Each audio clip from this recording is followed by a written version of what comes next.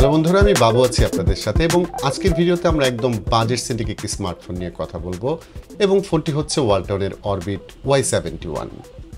অনেকেই আছেন যারা 10,000 টাকার নিচে কোনো স্মার্টফোন খুঁজছেন, সেখানে 9,400 টাকার এই ফোনটা তাদের জন্য একটা অপশন হতে পারে। সো এই বাজেটে ফোনটা কেমন হবে, এটি কাদের জন্য, সেসব নিয়ে কথা বলবো আজকের ভিডিওতে। চলুন শুরু করা যাক। ডিজাইন ওয়াইজ এই ফোনটা একদম অর্ডিনারি কিছু না। এর ডিজাইন অনেকের কাছে একটু ডিফারেন্ট মনে হবে, স্পেশালি ক্যামেরা আইল্যান্ডের ডিজাইনটা কিছুটা আলাদা। এখানে বড় বড় 3টি মডিউল দেখা যাবে, যদিও এখানে ক্যামেরা থাকছে 2টি। অন্য যে মডিউলটা থাকছে সেটা হচ্ছে ফ্ল্যাশ লাইট। বিল্ডের ক্ষেত্রে অবভিয়াসলি এই ফোন প্লাস্টিক বিল্ড, ওজন খুব বেশি না, সো হাতে খুব একটা হেফটি ফিল দেয় না। এবং খেয়াল করলে দেখবেন এর রিয়ার সাইডে এক ধরনের টেক্সচার থাকছে, যা অনেকের কাছেই ভালো লাগবে। পোর্টস এবং বাটনের ক্ষেত্রে এই ফোনের type C port, 3.5mm headphone jack থাকছে। বাম দিকে থাকছে সিম কার্ড ট্রে, চাইলে সেখানে 2টি সিমের পাশাপাশি আলাদাভাবে এসডি কার্ড ব্যবহার করতে পারবেন। ডান দিকে থাকছে ভলিউম রকার্স, পাওয়ার বাটন, এবং এই পাওয়ার বাটন একই সাথে ফিঙ্গারপ্রিন্ট স্ক্যানার হিসেবে কাজ করে। এই সেন্সরটি ভালো রকমের accurate, most of the time এটি খুবই ফাস্ট কাজ করে, তবে ডিসপ্লেতে মাঝে মাঝে কিছুটা অ্যানিমেশন ডিলে দেখা যায়। না থাকার মধ্যে এই ফোনে থাকছে না সেকেন্ডারি নয়েজ ক্যান্সেলেশন মাইক্রোফোন, থাকছে না স্টেরিও স্পিকার, যা আসলে এই বাজেটের ফোনে খুব একটা আশাও করা যায় না।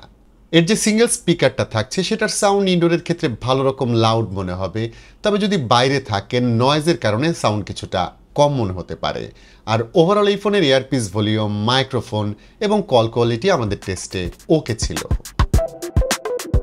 ডিসপ্লের ক্ষেত্রে প্রথমেই যে জিনিসটা আমার কাছে খারাপ লেগেছে সেটা হচ্ছে এই ফোনে সেই আগের আমলের ওয়াটার ড্রপ নচ থাকছে, যা সত্যি বলতেই 2025 সালে একদমই মানায় না।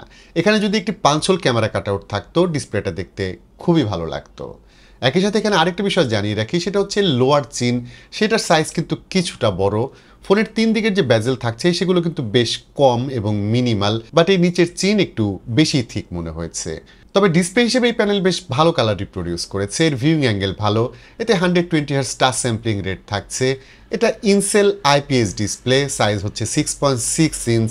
সো বড় ডিসপ্লে হয় কন্টেন্ট দেখা বা ফোন ব্যবহারের এক্সপিরিয়েন্স খুবই ভালো ছিল। যদিও এই প্যানেল এইচডি+, অর্থাৎ এর রেজুলেশন হচ্ছে 720x1612, বাট শার্পনেসের ঘাটতির কথা যদি বলি সেটা কিন্তু খুব একটা নর্মালি চোখে পড়ে না। তবে ডিসপ্লেটা যদি একদম কাছ থেকে দেখেন সেক্ষেত্রে শার্পনেস কিছুটা কম মনে হবে। ব্রাইটনেসের কথা যদি বলি, ইনডোরের ক্ষেত্রে ব্রাইটনেস আমার কাছে ওকে মনে হয়েছে, ভালো রকম ব্রাইট ছিল ডিসপ্লেটা। তবে যখন ফোনটা আমি বাইরের রোদের মধ্যে ব্যবহার করেছি তখন এর ব্রাইটনেস কিন্তু অনেকটাই কম মনে হয়েছে। আর আরেকটা বিষয় যেটা দেখলাম সেটা হচ্ছে এই ডিসপ্লেতে অটো ব্রাইটনেস ফিচারটা থাকছে না। সো ইনডোর থেকে আউটডোরে গেলে ম্যানুয়ালি ব্রাইটনেস কমাতে বা বাড়াতে হবে। সো এই জিনিসটা আমার কাছে একদমই ভালো লাগে নাই।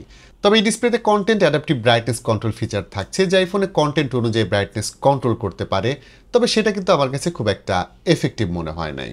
আমার মনে হয় প্রত্যেকটা ফোনের ক্ষেত্রে, সেটা যে বাজেটের ফোনই হোক না কেন, সেই ফোনে কিন্তু অটো ব্রাইটনেস ফিচারটা অবশ্যই থাকা উচিত। তবে এই ফোন এসেনশিয়াল কিছু ফিচার থাকছে, লাইক এতে ডাইনামিক বার থাকছে, double tap to lock, double tap to ওয়েকের মতো ফিচার থাকছে। এছাড়া ভলিউম বাটনে ডাবল প্রেস করলে আপনি ফ্ল্যাশ লাইটটা অন বা অফ করতে পারবেন। আর এই ফোনের ফ্রন্টে কিন্তু একটি ছোট্ট এলইডি আছে, যা চার্জিং নোটিফিকেশন লাইট হিসেবে কাজ করে। ইনসাইডের ক্ষেত্রে এই ফোন এসওসি হিসেবে থাকছে ইউনিএসওসির SC9863A, যাতে 1.8 GHz প্রসেসর আছে। সাথে থাকছে 3 GB র্যাম ভার্চুয়ালি, যেটা আপনি 8 GB পর্যন্ত এক্সপ্যান্ড করতে পারবেন। আর স্টোরেজ হিসেবে থাকছে 64 GB স্টোরেজ। স্পেক শুনে নিশ্চয়ই বুঝতে পারছেন এটা খুব একটা পাওয়ারফুল কিছু না, বাট এই ফোন অলমোস্ট সব অ্যাপই ভালো মতো হ্যান্ডেল করতে পারছিল। আমাদের টেস্টে রেগুলার যেসব অ্যাপ থাকছে সেগুলো আমরা ট্রাই করেছি এবং সেখানে সেরকম হিকআপস বা ল্যাগ আমরা দেখতে পাইনি। ওভারঅল পারফরমেন্স অপটিমাইজ ছিল। এর কারণ হচ্ছে এই ফোনে থাকছে অ্যান্ড্রয়েড 14 এর গো এডিশন, এবং অনেকেই জানেন গো এডিশন ইউআই হিসেবে অনেক কম রিসোর্স ব্যবহার করে থাকে, মানে স্টোরেজ এবং র্যাম অনেকটাই কম ব্যবহার করে। সো কম্প্যারেটিভলি লো স্পেক্সের ফোনেও স্টেবল পারফরমেন্স পাওয়া যায়। সো ডেইলি লাইফ ইউজের জন্য এই ফোন বেশ ভালো চয়েস। তবে যারা টুকটাক গেমিং করতে চান তারা এই ফোনে ভারী গেমগুলোর ক্ষেত্রে স্মুথ এক্সপিরিয়েন্স পাবেন না, বাট নর্মাল যেসব গেম আছে সেগুলো বেশ ভালো মতোই এই ফোনে প্লে করা যায়। স্ট্রং পয়েন্টের কথা যদি বলি, অরবিট Y71 এর স্ট্রং পয়েন্ট হচ্ছে 5000 mAh ব্যাটারি, যে ডেফিনেটলি 1.5 দিন বা 2 দিন ব্যাকআপ দিতে পারবে। এই ফোনে যেহেতু এইচডি প্লাস ডিসপ্লে থাকছে এবং এর এসওসি অত বেশি পাওয়ার হাংরি না, সো ব্যাটারি ব্যাকআপ বেশ ভালো পাওয়া যাবে, এটা খুবই স্বাভাবিক। তবে চার্জার হিসেবে এই ফোনের বক্সে থাকছে 10 ওয়াটের একটি চার্জার, সো ফোনটা ফুল চার্জ করতে বেশ ভালো রকম সময় লাগে। ক্যামেরা হিসেবে এই ফোনে থাকছে 8 মেগাপিক্সেল প্রাইমারি ক্যামেরা, সাথে থাকছে একটা ভিজিএ ক্যামেরা যেটা খুব একটা কাজের জিনিস না, এবং এই ফোনের ফ্রন্টে থাকছে একটি 5 মেগাপিক্সেল সেলফি ক্যামেরা। এই ক্যামেরার ক্ষেত্রে খুব একটা সিরিয়াস হওয়ার দরকার নাই, যদি ভালো আলোতে ছবি তোলেন সেক্ষেত্রে ভালো রেজাল্ট পাবেন, কালার মোটামুটি ভালোই পাওয়া যায়, ডাইনামিক রেঞ্জ খুব একটা স্ট্রং না, তবে চাইলের ক্যামেরায় পোর্ট্রেট ছবি আপনি তুলতে পারবেন। তবে লো লাইটের ক্ষেত্রে আমি যেটা দেখেছি এতে খুব একটা ভালো ছবি আসলে পাওয়া যায় না।